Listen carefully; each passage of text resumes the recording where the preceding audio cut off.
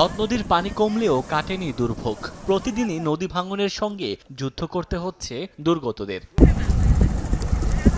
গাইবান্ধার ফুলছড়ি উপজেলার বিভিন্ন এলাকার চিত্র এমন। গত কয়েকদিনে তিস্তা ও করতোয়ার পানি কমলেও বেড়েছে ব্রহ্মপুত্র ও ঘাঘট নদীর পানি। সেই সঙ্গে তীব্র হচ্ছে ভাঙন, নতুন করে বিলীন হচ্ছে ভিটেমাটি। দুর্গত এলাকার মানুষের দাবি, বর্ষার আগে ভাঙন রোধে অনুরোধ জানালেও তোয়াক্কা করেনি প্রশাসন। পানি বাড়তিছে, নাহলে 5-7 দিন হলো আরো বাড়বে। এটা পানির সময়, পানি বাড়লে আরো বেশি ভাঙবে নদী।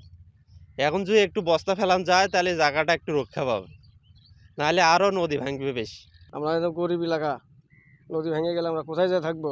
যে হারে ভাঙছে এটাও যদি ভাঙে তা আমাদের কাছে বাড়ি ঘর দুয়ার কিছুই থাকবে না, সব চলে যাবে নদী গর্ভে। একই চিত্র কুড়িগ্রামের ওপর দিয়ে প্রবাহিত বিভিন্ন নদ নদীর। পানি কমলেও ভাঙন আতঙ্কে ঘুম নেই নদী তীরবর্তী বাসিন্দাদের। বিলীন হচ্ছে সদরের বানিয়াপাড়া ও বিদ্যানন্দ ইউনিয়নের রামহরিসহ বিভিন্ন এলাকার ফসলি জমি। অনেকেই সরিয়ে নিচ্ছেন বসতঘর ও আসবাবপত্র। দ্রুত ভাঙন না ঠেকালে গ্রামের পর গ্রাম নদীগর্ভে বিলীন হওয়ার শঙ্কায় বাসিন্দারা। পানি উন্নয়ন বোর্ড বলতেছে কাজ করব, কিন্তু প্রতি বছরে আসে আর যায়, কোনো কাজ আর করে না। 300-400 বাড়ি বিলীন হয়ে গেছে। এই নদীর কোনো যদি না করে তাহলে আমরাও হয়তো এক সপ্তাহের ভিতরে আমারও যেতে হবে। এদিকে ভারতের মেঘালয়ে বৃষ্টি কম হওয়ায় সুনামগঞ্জের জাদুকাটা, পাটলাই, চেরা সহ বিভিন্ন নদ নদীর পানি কমছে। এতে নিম্নাঞ্চলে ফিরেছে স্বস্তি।